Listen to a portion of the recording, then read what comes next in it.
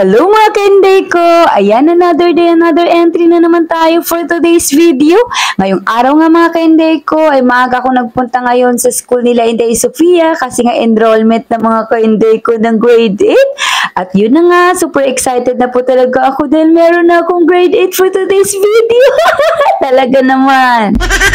Ang bilis talaga ng panahon mga ka-Inday ko, yung tipong parang kailan lang ay kinder ko lang ang aking Inday Sofia at ngayon ay nasa grade 8 na.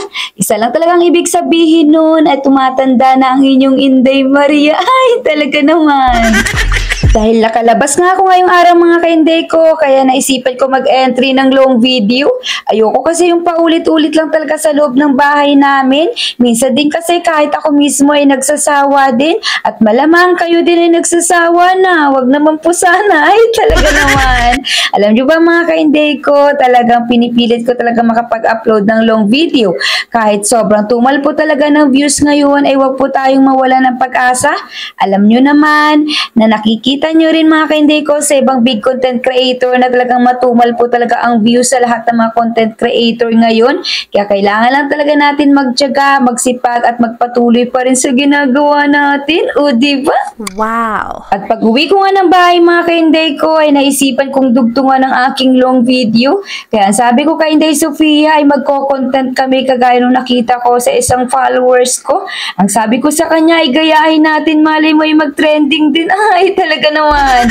Kailangan talaga natin maging positibo mga ka-Inday ko kahit hindi natin alam kung ano yung kalalabasan.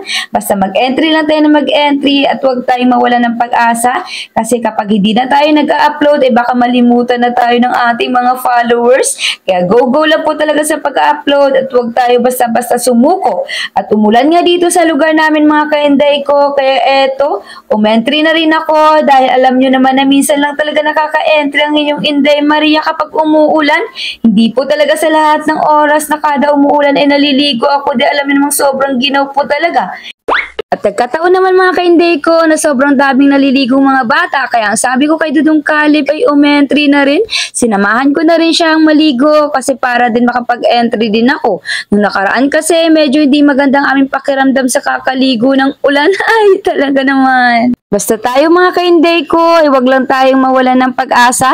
Entry lang tayo ng entry at palagi natin tatandaan kung bakit tayo nag-upisa bilang isang content creator. Lalo-lalo na sa mga panahon na pinanghihinaan na tayo ng loob at gusto na nating sumuko.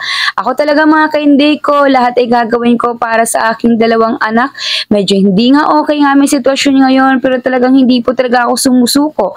Nilalaban at nilalaban ko dahil alam ko naman na balang araw ay magbubunga din lahat ng aking pagsisikap. Ay, talaga naman. Wow!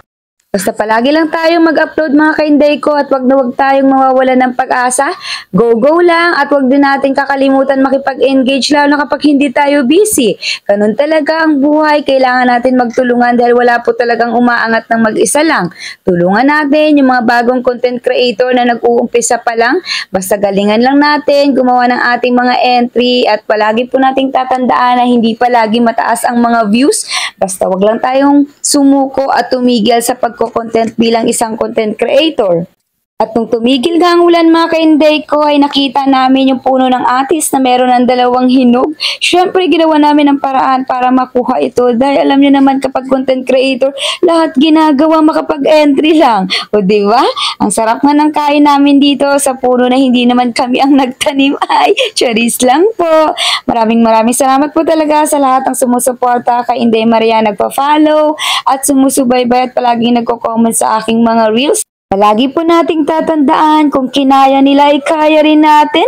So, yun lang po. God bless!